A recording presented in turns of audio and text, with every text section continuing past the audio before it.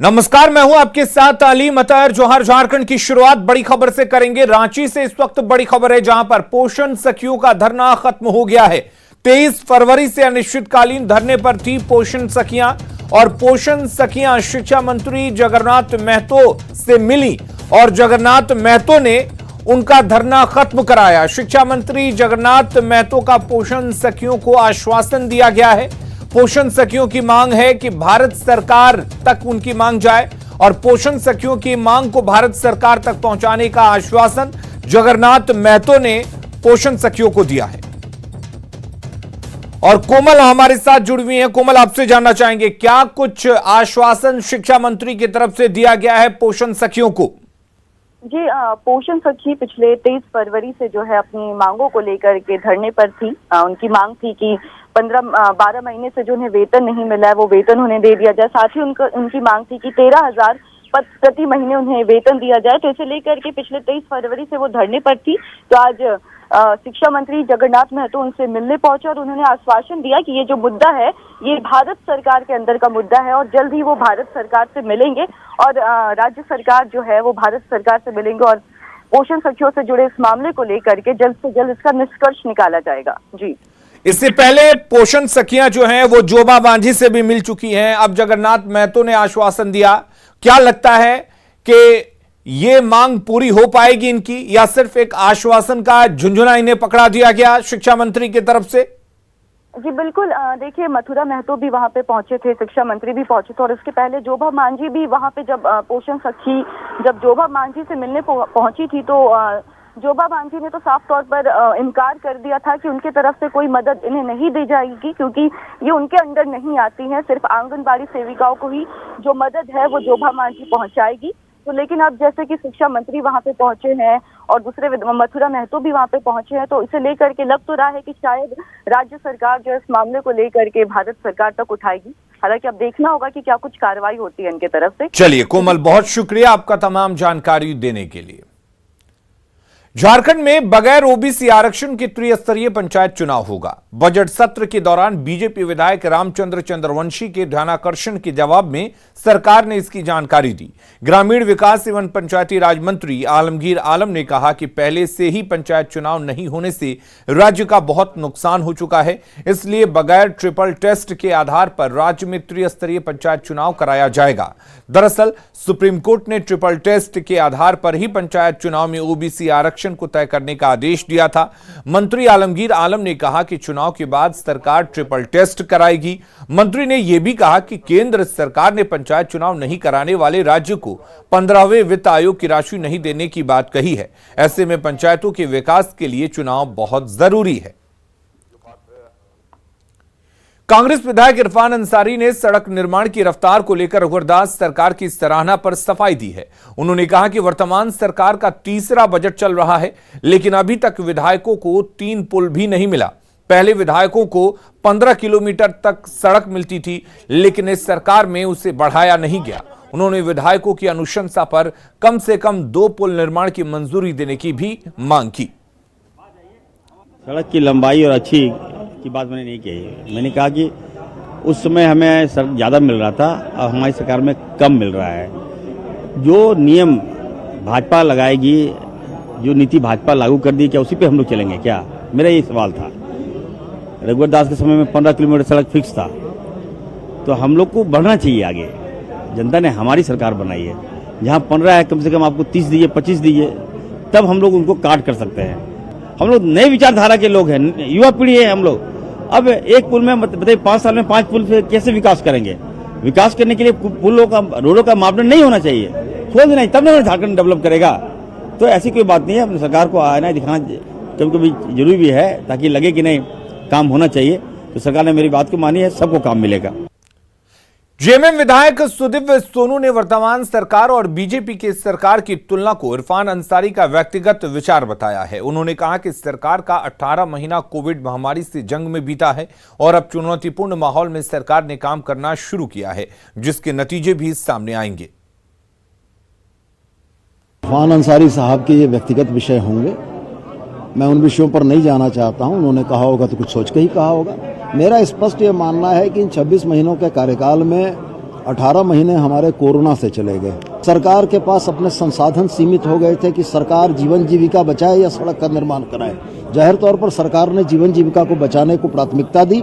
अब स्थितियां सुधर रही हैं, कर संग्रहण बढ़ रहा है, राजस्व में बढ़ोतरी हो रही है, सरकार अब मुट्ठी खोल रही है। और मेरा यह मानना है कि झारखंड मुक्ति मोर्चा और गठबंधन की यह सरकार विकास के उन तमाम पैमानों को छुएगी और उन तमाम जगहों पर जनता की शिकायतों का समाधान होगा। और बड़ी खबर का रुख कर लेते हैं। रांची से बड़ी खबर है, 7वीं जेपीएससी मामले में हाई कोर्ट में सुनवाई हुई है। पीटी के संशोधित रिजल्ट मामले में सुनवाई हुई है। मेंस परीक्षा पर रोक लगाने से हाई कोर्ट का इनकार। संशोधित रिजल्ट से बाहर अभ्यर्थियों ने दाखिल की थी याचिका। हाई कोर्ट ने हस्तक्षेप याचिका को स्वीकार कर लिया है। मामले की अगली सुनवाई 12 अप्रैल को होगी। तो झारखंड हाईकोर्ट में 7वीं जेपीएससी पीटी के संशोधित रिजल्ट मामले में सुनवाई हुई, जिसके बाद कोर्ट ने 11 मार्च से शुरू होने वाली मेंस की परीक्षा पर रोक लगाने से इनकार कर दिया। दरअसल संशोधित रिजल्ट से करीब 600 से ज्यादा अभ्यर्थी बाहर कर दिए गए हैं और इन्हीं अभ्यर्थियों की ओर से कोर्ट में याचिका दाखिल की गई थी। कोर्ट ने हस्तक्षेप याचिका को स्वीकार कर लिया है। मामले की अगली सुनवाई 12 अप्रैल को होगी। 7th सिविल सर्विसेज एग्जामिनेशन को लेकर जो रिवाइज रिजल्ट पब्लिश की गई थी, उसमें करीबन 650 से 700 अभ्यर्थी को बाहर का रास्ता देखना पड़ा था। उन्होंने रिट याचिका हाईकोर्ट में दाखिल की थी कि जो रिवाइज रिजल्ट है वो भी सही नहीं है और गलत तरीके से पब्लिश किया गया है। उस मामले में हम लोग ने हस्तक्षेप याचिका दायर की थी, जिसे इंटरवेंशन एप्लीकेशन बोलते हैं, उन अभ्यर्थियों की तरफ से जो लोग नए रिवाइज रिजल्ट में शामिल हुए हैं और पहले जो कि पुराने रिजल्ट में नहीं थे। और दोनों पक्षों के आर्गुमेंट सुनने के बाद कोर्ट ने अभी प्रेजेंटली इंटरिम ऑर्डर, जो उन्होंने स्टे मांग रहे थे कि जो 11 से मेंस परीक्षा होने वाली थी, उसको देने से इनकार कर दिया प्रिमा फेसाई। और आगे मामले की सुनवाई 12 अप्रैल को कोर्ट ने रखी है। हमारे द्वारा फाइल किया गया इंटरवेंशन एप्लीकेशन को कोर्ट ने एक्सेप्ट किया है और मतलब कि 11 से परीक्षा होगी, 11 से मेंस परीक्षा होगी, उस पर किसी तरह का कोई रोक। 19 सूत्री मांगों को लेकर झारखंड पुलिस मेंस एसोसिएशन के आह्वान पर रांची सहित तो राज्य भर के पुलिसकर्मी आंदोलन पर हैं। आंदोलन के शुरुआती चरण में पुलिसकर्मी 9 मार्च से 11 मार्च तक काला बिल्ला लगाकर काम करेंगे। 4 चरणों में होने वाले आंदोलन के पहले चरण में आरक्षी और हवलदार 9 से 11 मार्च तक काला बिल्ला लगाकर काम करेंगे। इसके बाद पुलिसकर्मी 21 मार्च को सामूहिक उपवास करेंगे। 31 मार्च को शांतिपूर्ण ढंग से धरना और 14 अप्रैल से 5 दिवसीय सामूहिक अवकाश करेंगे। पुलिस मेंस एसोसिएशन के संयुक्त सचिव ने कहा कि वे जान की परवाह किए बगैर अपनी ड्यूटी से पीछे नहीं हट रहे, लेकिन मुख्यमंत्री अपनी चुनावी घोषणा से पीछे हट रहे हैं। 14 तारीख से जो आंदोलन होगा वो सरकार के बस का चीज नहीं है रोकना। इसके लिए भव्य आंदोलन होगा और अवकाश में जाते के साथ हम लोग मोराबादी में भी भयानक प्रदर्शन करेंगे सरकार के खिलाफ में। इसके लिए कि रास्ता मेरे पास कुछ नहीं, या तो आंदोलन, दूसरा आत्महत्या। तो आत्महत्या करेंगे तो फिर सरकार बोलती है कि आप कायर हैं और आंदोलन कर रहे हैं तो आप अनुशासन में नहीं हैं। तो हम लोग एक ही रास्ता तय किए हैं कि हम लोग आंदोलन में जाएं, आत्महत्या तो करेंगे नहीं। जमशेदपुर में भी पुलिस एसोसिएशन के सदस्यों ने पहले पुलिस लाइन में फिर पुलिस अधीक्षक कार्यालय में प्रदर्शन किया। एसोसिएशन के अध्यक्ष ने कहा कि हमारे लोगों को छुट्टी की परेशानी होती है, जिससे हमारे जवान अक्सर डिप्रेशन में आ जाते हैं। वहीं पुरानी मांग पेंशन की है, जिसे सरकार को लागू करना चाहिए।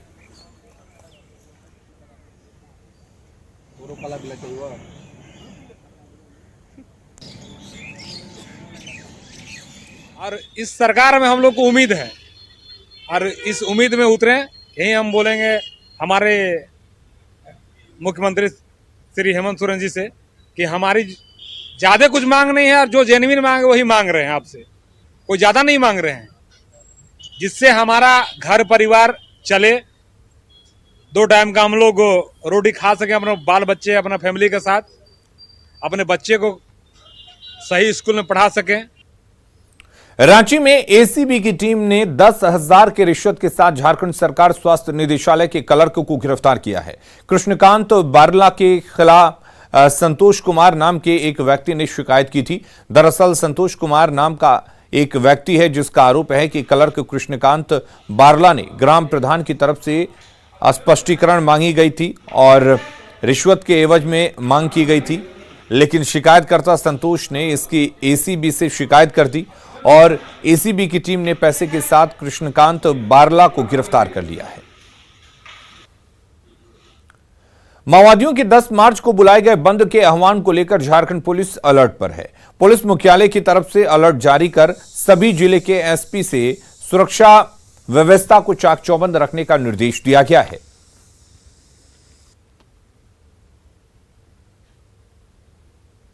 माओवादियों के द्वारा बंद का आह्वान उस दिन किया गया है और इसको लेके जहां तक झारखंड पुलिस और झारखंड में कार्यरत जो केंद्रीय अर्धसैनिक बल है वो पूरे अलर्ट मोड पे है। हमारे सभी पुलिस अधीक्षकों को, सभी जिलों को इस संबंध में आवश्यक दिशा निर्देश दिए गए हैं।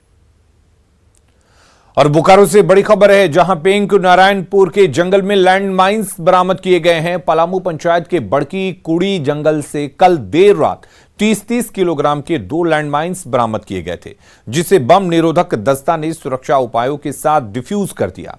ऊपर घाट स्थित पलामू पंचायत के बड़की कुड़ी जंगल सीआरपीएफ और पुलिस की संयुक्त ऑपरेशन में लैंड माइंस बरामद किया गया था। ये लैंड माइंस सीआरपीएफ और पुलिस को बड़े पैमाने पर क्षति पहुंचाने के मकसद से लगाया गया था। एक थाना क्षेत्र की जानकारी है जिसमें कि हम लोग को सूचना मिली थी कुछ बम रखे होने की। उसको लेकर सीआरपीएफ और जिला पुलिस की टीम गई है और जो एसओपी है उसका पालन करते हुए उस पर कार्रवाई की जा रही है। बाकी जब एक बार कार्रवाई कंप्लीट हो जाएगी तब हम लोग विस्तृत में बता पाएंगे। जिस प्रकार से 30-30 किलो का सर जो नीचे गाड़ा हुआ मिला है नीचे, तो सर क्या उद्देश्य होगा? अब ये वेरीफाई करना होगा कि अगर नक्सल ग्रुप के द्वारा किया गया है तो किसके द्वारा किया गया है। ये सब अनुसंधान का विषय है, इसमें कुछ समय लगेगा। हम लोग इसके तह तक जाके फिर सही चीज आप तक लाएंगे।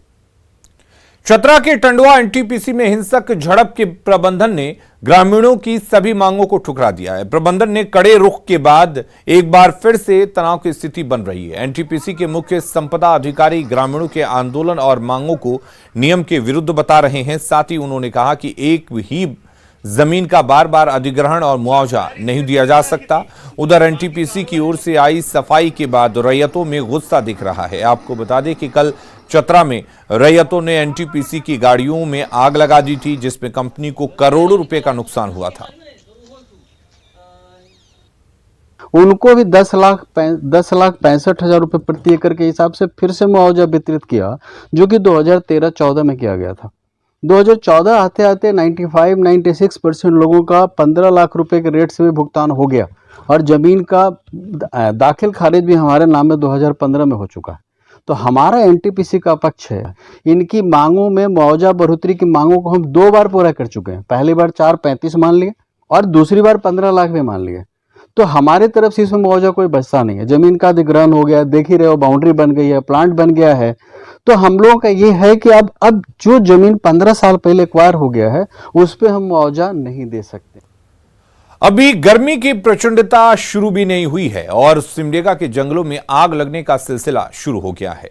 खास बात यह है कि जंगल में आग गर्मी से नहीं लग रही, बल्कि खुद ग्रामीण महुआ चुनने में सुविधा के लिए आग लगा रहे। सिमडेगा के कोलेबिरा घाटी और बोलबा घाटी के जंगलों में आग लगातार फैलने लगी है। वन विभाग ने जंगल में लग रही आग लगने की घटना पर गंभीरता दिखाते हुए अपने कर्मियों को अलर्ट करते हुए निगरानी के निर्देश दिए हैं। साथ ही उन्हें आग लगने पर बुझाने की जिम्मेदारी भी सौंपी गई है।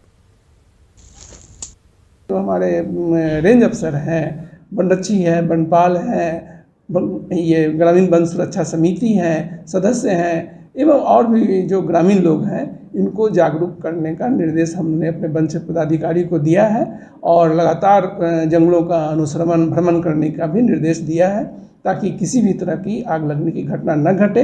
अगर इस तरह की घटना घटती है तो ग्रामीणों की सहायता से हमारे पास जो भी संसाधन है उसकी मदद से आग बुझाने की त्वरित कार्रवाई करें। गढ़वा में न्यूज 18 की खबर का बड़ा असर हुआ है। जिले में धुरकी प्रखंड के 4 गांव को अब मुआवजा मिलने का रास्ता साफ हो गया है। दरअसल गढ़वा जिला उत्तर प्रदेश से जुड़ा हुआ है, जहां अमवार में उत्तर प्रदेश सरकार अरबों रुपए की लागत से डैम का निर्माण करा रही है। इस डैम के बनने से भूमफोर, फेफसा, पारस पानी और शुरू गांव जो हैं पूरी तरह से डूब जाएंगे। इन 4 गांवों के लोगों को अब तक मुआवजा नहीं मिल सका है। न्यूज़ 18 ने इस खबर को प्रमुखता से दिखाया था, जिसके बाद अधिकारियों की नींद टूटी थी।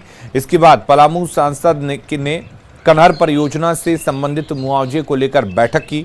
इसमें डीसी और दूसरे अधिकारियों को मुआवजा राशि के जल्द भुगतान का निर्देश दिया गया। कनहर नदी पर जो पुल बन रहा है और उसमें लोग जो विस्थापित हो रहे हैं उनको मुआवजा दिया जाए और आर पॉलिसी के अंतर्गत जो भी उनको लाभ मिल सकता है वो लाभ दिया जाए।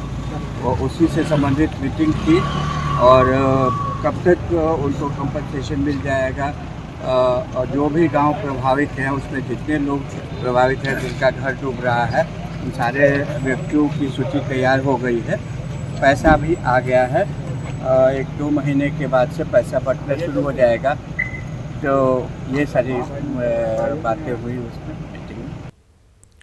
लालू प्रसाद का इलाज कर रहे डॉक्टरों ने कहा है कि उनका क्रिएटिनिन लेवल बढ़ा हुआ है, जिसे देखते हुए पहले से चल रही दवा की डोज को बढ़ा दिया गया है। उन्होंने कहा कि लालू प्रसाद को फिलहाल एम्स ले जाने पर कोई चर्चा नहीं हुई है और एम्स के निर्देश के आलोक में ट्रीटमेंट दिया जा रहा है। उन्होंने कहा कि लालू प्रसाद की किडनी कम फंक्शन कर रही है, जिसे देखते हुए लगातार डॉक्टरों की टीम मॉनिटरिंग कर रही है। रूटीन चेकअप में बाकी सब जो पहले से था वैसे ही है। थोड़ा सा क्रिएटिनिन लेवल बढ़ा है। क्रिएटिनिन पहले जो 3.5 था वो 4.1 हो गया। लेकिन तो स्टेज 4 ऑलरेडी किडनी डिजीज में है, तो थोड़ा वेरिएशन होते रहता है क्रिएटिनिन में, कोई फिक्स तो रहेगा नहीं। अभी एम्स का जो ट्रीटमेंट था उस समय 3.9 था, फिर हम लोग आया 3.5 हुआ, फिर थोड़ा सा चेंजेस आया 4.1 हुआ। रुक करेंगे इस वक्त एक बड़ी खबर की। पलामू से बड़ी खबर आ रही है, जहां पर टीएसपीसी कमांडर अभय यादव ने आत्मसमर्पण कर दिया है। पलामू के रामगढ़ क्षेत्र का रहने वाला है अभय यादव। अभय यादव पर पलामू और गढ़वा में कई मामले दर्ज हैं। पुलिस की तरफ से आधिकारिक घोषणा हालांकि अभी नहीं की गई है।